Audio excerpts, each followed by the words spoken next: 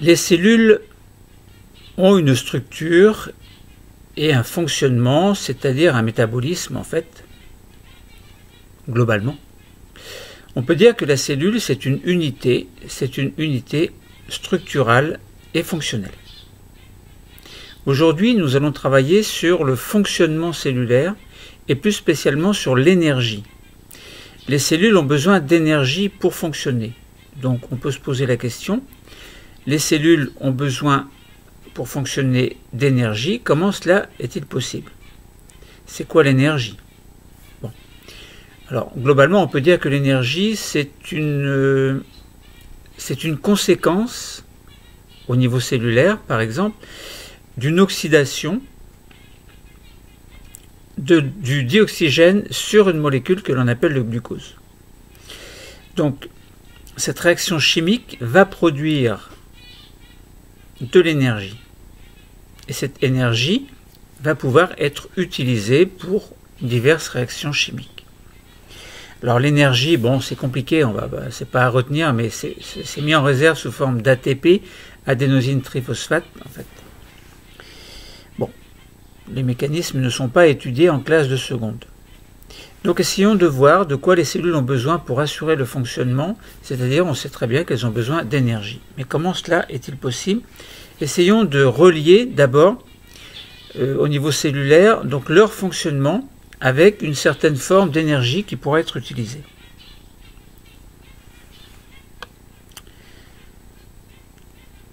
Commençons par regarder des cellules végétales. Par exemple, en cours de division, ça peut être une mitose. Division cellulaire, une mitose donc qui permet à partir d'une cellule d'obtenir deux cellules. Bon, il y a tout un mécanisme que nous n'allons pas expliquer aujourd'hui. Alors, en faisant une coupe, une coloration spéciale, on peut voir du rouge et du vert. Au centre, on a du vert. Eh bien, ça représente les molécules d'ADN, acide désoxyribonucléique. Et tout autour, on a du rouge, correspondant aux parois des cellules. Et la division d'une cellule demande la production d'énergie. Donc voilà, on part de cellules végétales, par exemple cellules de racines, de feuilles, etc. Eh bien, la croissance de la plante, la multiplication des cellules est nécessaire pour la croissance de la plante, et donc production d'énergie nécessaire. Alors pour l'instant, il ne s'agit pas de dire exactement ce qui se passe au niveau de la production d'énergie lorsqu'il y a une division cellulaire, mais simplement de poser le problème ou plutôt d'affirmer qu'il faut de l'énergie aux cellules pour se diviser. Ensuite, on prend un autre type de cellule, par exemple, que l'on peut trouver chez l'être humain. Il s'agit du cartilage. Alors, le cartilage possède une matrice extracellulaire que l'on peut appeler également MEC, matrice extracellulaire, et dans laquelle il y a des cellules que l'on peut appeler des chondrocytes. Chondrocytes. Rappelons que la cytologie, c'est l'étude des cellules. Cyte, souvent, cyte signifie cellule, enfin ça ne signifie pas cellule, mais lorsque l'on dit cyte, c'est sans doute qu'on a affaire à une cellule. Et là, on a affaire à une cellule que l'on appelle une chondrocyte, des chondrocytes. Donc ce sont des cellules du cartilage du nez chez l'homme, cartilage humain. Donc on les appelle des chondrocytes. Elles fabriquent une protéine de la famille des collagènes et les exportent après sécrétion donc dans la matrice extracellulaire. Donc pour cela, eh bien, ces chondrocytes, pour faire passer le collagène, donc les exporter dans la matrice extracellulaire, ces chondrocytes ont besoin d'énergie également. Donc, division cellulaire, il faut de l'énergie. Pour faire passer une molécule d'une cellule vers le milieu extérieur, il faut de l'énergie également.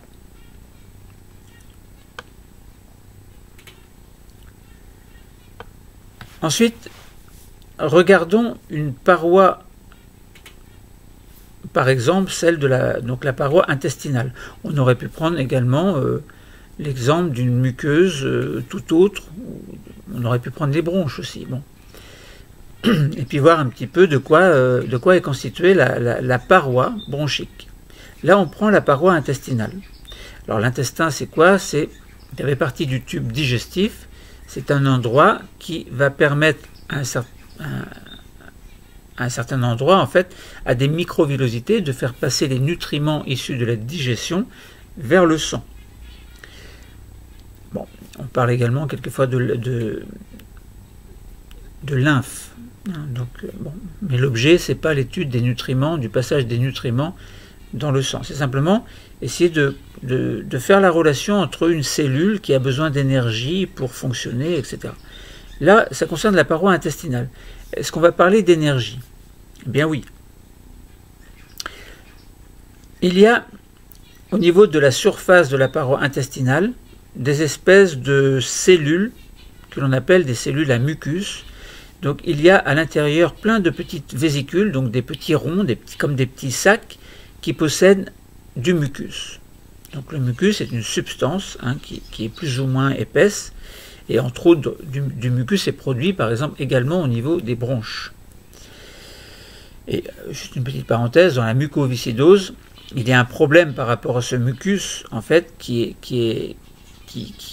va tapisser les cils les surfaces des cellules épithéliales en fait, et qui vont donc ce mucus va se déposer sur les cils qui sont censés battre d'un mouvement ondulatoire pour éliminer les éventuelles particules qui vont se déposer dans l'arbre bronchique. Et bien ce mucus étant épais, les bronches ne pourront pas assurer leur rôle correctement, et ça va provoquer une gêne importante chez les personnes atteintes de mucoviscidose. Donc, les cellules produisent du mucus et vont sécréter ce mucus à la surface de la paroi intestinale. Et cette production de mucus, donc ces cellules qui produisent du mucus qui va ensuite dans les vésicules, donc vont sécréter ce mucus grâce à des organites en mouvement que l'on appelle des vésicules, c'est ce qu'on vient de voir, et qui nécessitent de l'énergie. Donc de l'énergie, encore une fois, est produite lorsque la production suivie de la sécrétion se fait par des mouvements de vésicules, en fait, qui demandent une certaine énergie, un certain travail, une certaine énergie. Bon voilà, donc ces cellules possèdent bien sûr un noyau, donc il y a tout un programme génétique qui va pouvoir s'exprimer. Donc le mucus, c'est quoi? C'est une substance visqueuse que certaines cellules vont produire. Donc là, on a dit par exemple la paroi intestinale, on peut parler également de la paroi bronchique. Et ça sert tout simplement à protéger le tissu. Par exemple, le tissu épithélial au niveau des bronches va être protégé par cette espèce de mucus, mais qui sera fluide, relativement fluide.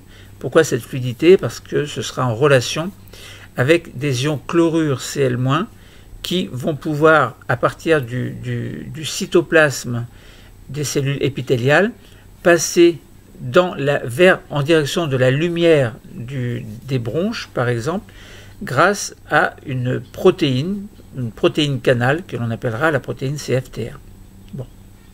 Et chez les personnes normales, donc tout se passe bien, mais chez les personnes qui sont atteintes de mucoviscidose, il y a une déficience génétique donc d'un certain gène, le gène CFTR, qui ne produit pas la protéine CFTR normale, et de ce fait-là, cette protéine ne peut plus laisser passer les ions chlorure Cl- vers la lumière, et donc ne peuvent pas.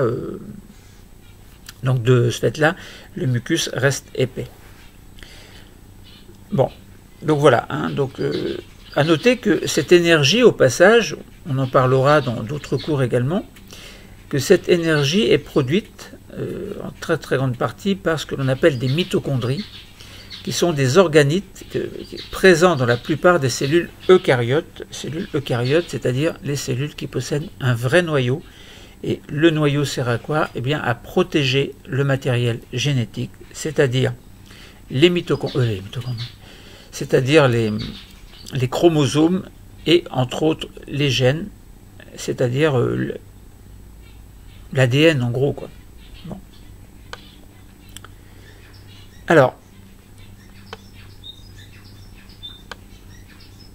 ensuite, essayons de mettre en œuvre une stratégie de résolution d'un problème, c'est-à-dire essayer de montrer que les cellules, enfin au niveau des cellules, il existe ce que l'on appelle la respiration cellulaire. Autrement dit, si vous prenez le cas des poumons, les poumons réalisent ce que l'on appelle la respiration pulmonaire. En quoi consiste la respiration pulmonaire? Donc ça, simplement pour vous expliquer, c'est quoi la respiration cellulaire. On sait bien que cette respiration cellulaire, qui correspond à l'oxydation d'une molécule de glucose, va produire de l'énergie. Alors pourquoi est-ce qu'on parle de respiration cellulaire? Revenons un petit peu en arrière. Respiration pulmonaire. L'inspiration fait passer de l'air dans les poumons. Comment est-ce que cela est possible? Eh bien, ce n'est pas l'air qui rentre directement dans les poumons comme ça, ce n'est pas les poumons qui forcent l'air à rentrer. Ce n'est pas comme ça que ça se passe. En fait, lorsque vous inspirez, ce qui se passe, c'est que les côtes, donc la cage thoracique, va augmenter de volume, parce qu'entre les côtes, il y a des muscles que l'on appelle des muscles intercostaux. La contraction de ces muscles va faire augmenter le volume de la cage thoracique. Et en parallèle, sur le bas, il y a un muscle que l'on appelle le diaphragme, et sa contraction le fait se baisser. Autrement dit, ça augmente encore le volume de la cage thoracique, et donc de ce fait-là, il se crée une espèce d'aspiration vers l'intérieur, et de ce fait-là, les poumons se remplissent d'air. Donc il y a une aspiration naturelle. Hein. Donc ça veut dire que le gaz, donc l'air en fait, va passer dans les poumons de manière tout à fait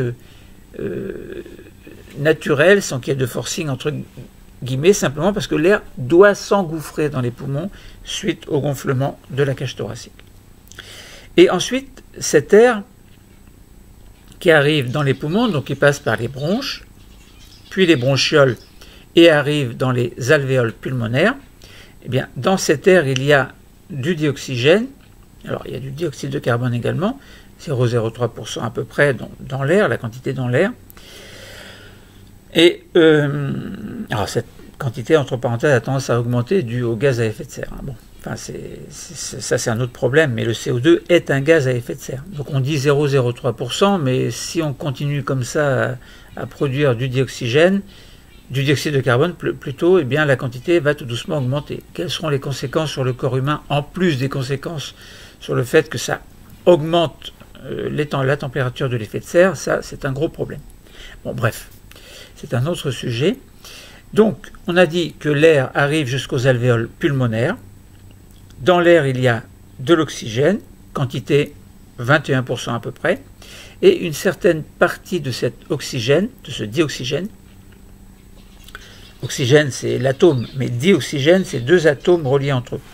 Donc ce dioxygène va passer, donc va traverser la paroi de l'alvéole pulmonaire, va se retrouver à l'extérieur et va rentrer, donc va se retrouver dans le milieu extracellulaire, et puis à un moment donné, ce dioxygène va passer donc va traverser la membrane cytoplasmique des cellules, enfin pas des cellules, mais des cellules, parce que bon, ça passe dans les vaisseaux sanguins, donc dans les petits capillaires sanguins, dont la paroi est tapissée de cellules. Donc il faut que l'air s'engouffre à l'intérieur, arrive à passer à l'intérieur. Bon, c'est pas très dur, c'est une toute petite molécule.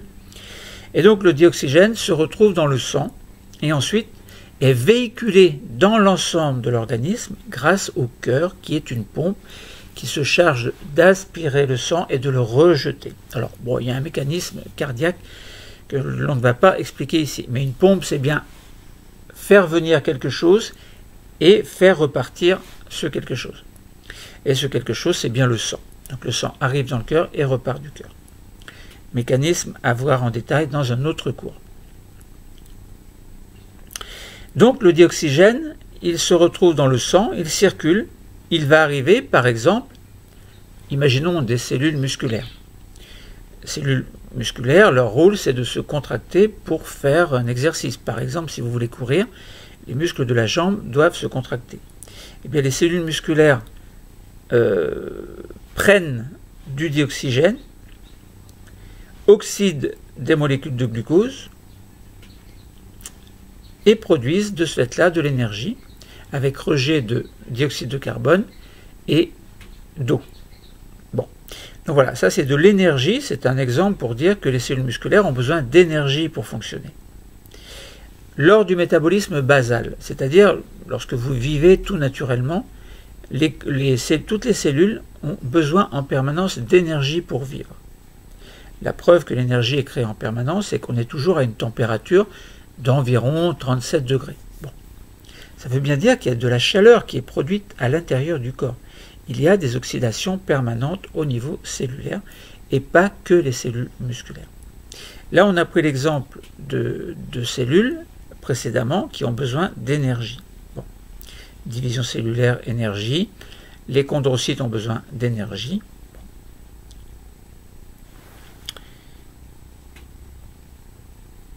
Petite parenthèse.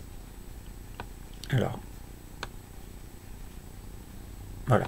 Et on a dit que la paroi intestinale également avait besoin d'énergie pour produire et exporter du mucus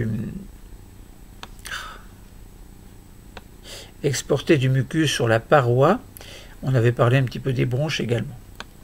Donc là, on a dit, essayons de montrer que des cellules vont respirer. Et là, ce que je voulais vous faire comprendre à travers la respiration pulmonaire, c'est que l'oxygène passe des alvéoles vers le sang pour aller dans les cellules. Mais la cellule qui prend ce dioxygène, on ne va pas dire qu'elle respire, mais c'est presque ça également. Elle prend l'oxygène, puis elle rejette le dioxyde de carbone, et entre-temps, il y a production d'énergie. Donc on peut dire qu'il y a une respiration cellulaire. Eh bien, la respiration cellulaire, c'est simplement la réaction de l'oxydation du dioxygène sur le glucose qui permet de rejeter du CO2, de l'eau et de produire de l'énergie. C'est ça, la respiration cellulaire. Donc ça veut dire que lorsque l'on parle du métabolisme, c'est l'ensemble des réactions chimiques dans un organisme, dans une cellule donc à petite échelle évidemment, et donc il y a des voies métaboliques, donc un métabolisme, c'est-à-dire un ensemble de réactions chimiques, et ces réactions chimiques soit produisent de l'énergie, soit ont besoin d'énergie. Donc le glucose, il stocke cette énergie, donc sous forme d'énergie chimique, parce que le glucose c'est quoi? C'est de la matière organique qui a été produite entre autres par exemple par photosynthèse au niveau des plantes. Eh bien, ce glucose a le potentiel pour produire de l'énergie lorsqu'il est oxydé par le dioxygène. Voilà, donc les cellules transforment progressivement des molécules organiques en molécules simples en stockant, par exemple, des réserves énergétiques. Par exemple, dans le foie, il y a du glycogène. Chez les plantes, dans un grain de riz, par exemple, il y a de l'amidon. L'amidon, glycogène, c'est quoi? Ce sont des molécules presque identiques qui possèdent des réserves de glucose. Or, le glucose sert à quoi? À produire de l'énergie. Grâce à quoi? Grâce à la respiration cellulaire. Bon, voilà, donc de l'énergie est produite pour assurer des transformations, différentes transformations que l'on appelle biochimiques. La biochimie, c'est la chimie de la vie. Donc toutes les réactions du métabolisme ont besoin plus ou moins d'énergie. Je répète, soit ces réactions en produisent, soit elles en ont besoin. Bon. Donc c'est pas compliqué à comprendre, mais encore faut-il le dire. Ensuite, on peut en laboratoire faire une expérience que l'on appelle expérience Exao pour mettre en évidence le fait que des cellules vont produire du CO2 et ou absorber du dioxygène. Bon, maintenant pour montrer qu'une cellule produit de l'énergie, on peut indirectement mesurer le taux de dioxyde de carbone ou de dioxygène. Pourquoi?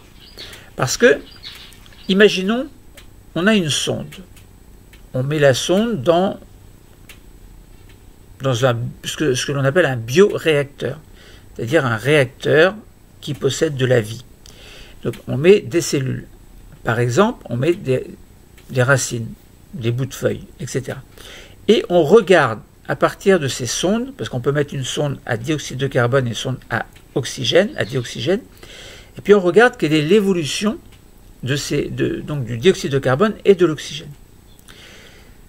Donc on va raisonner après, mais en quoi c'est intéressant d'avoir des sondes? Bien, c'est de mesurer la quantité de dioxyde de carbone et de dioxygène, par exemple, donc si on veut mesurer les deux, pour voir comment évoluent ces gaz. Mais pourquoi?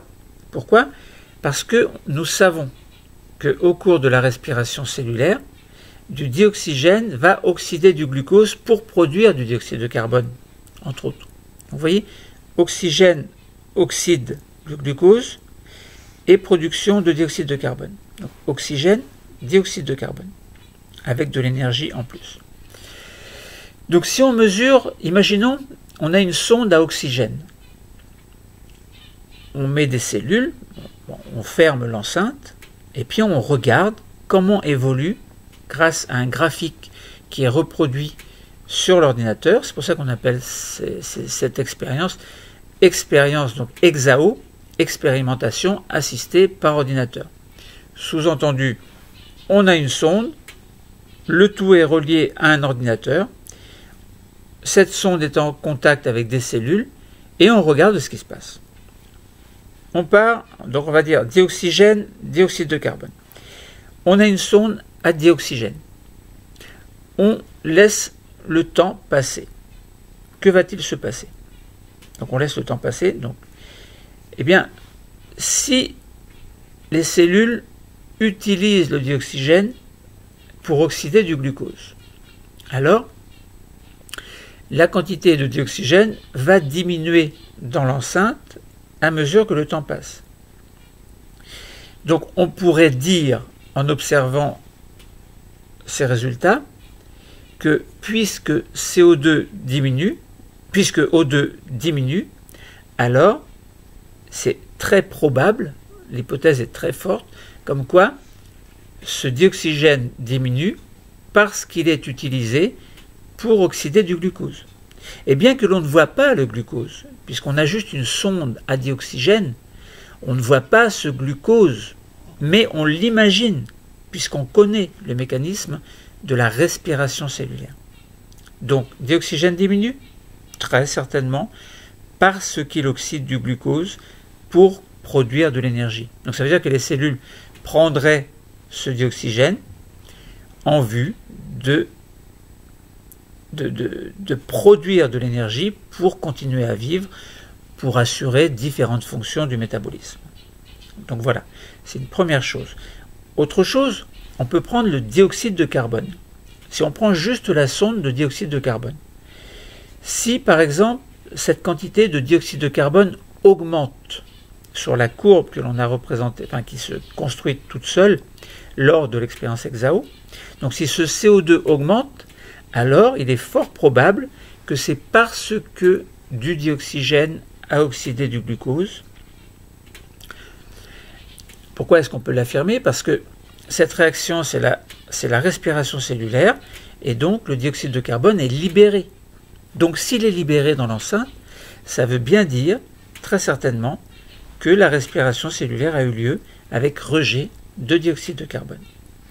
Donc vous voyez qu'on peut anticiper les résultats, et on peut prendre n'importe quelle cellule, on peut mettre soit une des deux sondes, ça permet de raisonner, comme je viens de le faire, soit on peut mettre les deux sondes, on met une sonde à dioxyde de carbone et une sonde à oxygène. Et si la sonde à oxygène montre sur la courbe un abaissement du dioxygène et une augmentation du CO2, eh bien ça conforte fortement l'idée que les cellules font ce que l'on appelle la respiration cellulaire. Je répète pour la millième fois, l'oxydation du glucose par le dioxygène. avec rejet de CO2, d'eau et production d'énergie. Et là, on a bien mis en évidence, par ces deux gaz CO2 et O2, donc il y a des échanges, et que ces échanges prouvent qu'il y a production d'énergie de la part des cellules pour que celles-ci puissent continuer à vivre et à assurer un métabolisme spécifique de la cellule en question. Bon, voilà ce que l'on pouvait dire.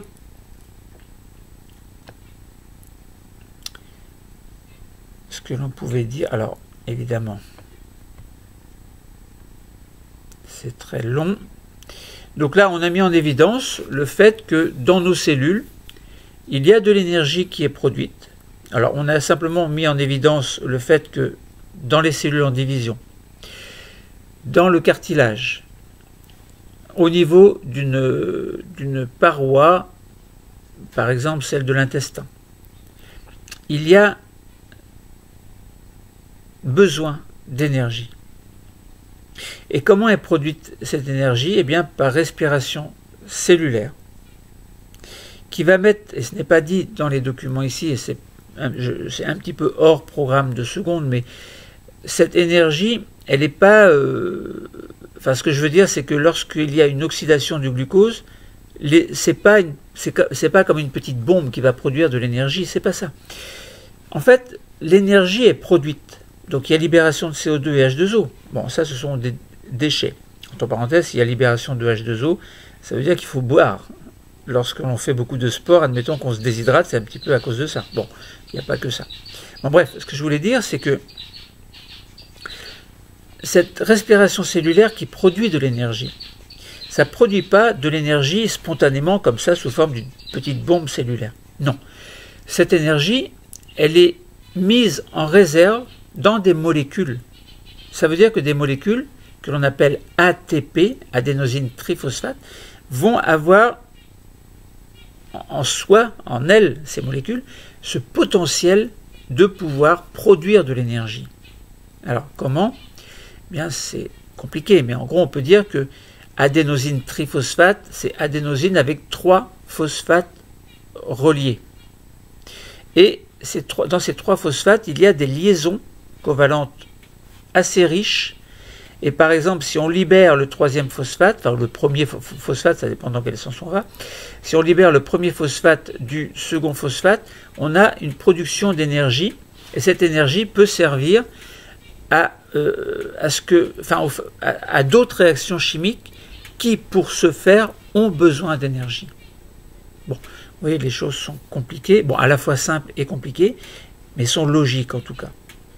Pour résumer, et nous allons arrêter ce cours, pour résumer, toutes les cellules vivantes sont des unités structurales et fonctionnelles. Elles ont chacune leur fonction qui est plus ou moins spécifique. Mais toutes ont besoin d'énergie, qui est possible grâce à ce que l'on appelle la respiration cellulaire. Que ce soit une cellule en cours de division, que ce soit des chondrocytes dans le cartilage qui vont produire du collagène qui va se retrouver dans la matrice extracellulaire, que ce soit les cellules qui tapissent les bronches, que ce soit donc les cellules épithéliales, que ce soit des cellules qui tapissent l'intestin, toutes ont besoin d'énergie. Et cette énergie peut être mise, le fait qu'elles produisent de l'énergie peut être mise en évidence par une expérience assistée par ordinateur. Ça veut dire qu'on a des sondes à dioxygène ou à dioxyde de carbone, et selon que la quantité des deux gaz augmente ou baisse, on peut raisonner pour dire si effectivement il y a respiration cellulaire ou pas, donc production et mise en réserve d'énergie ou pas. Voilà. Le cours est terminé. Merci.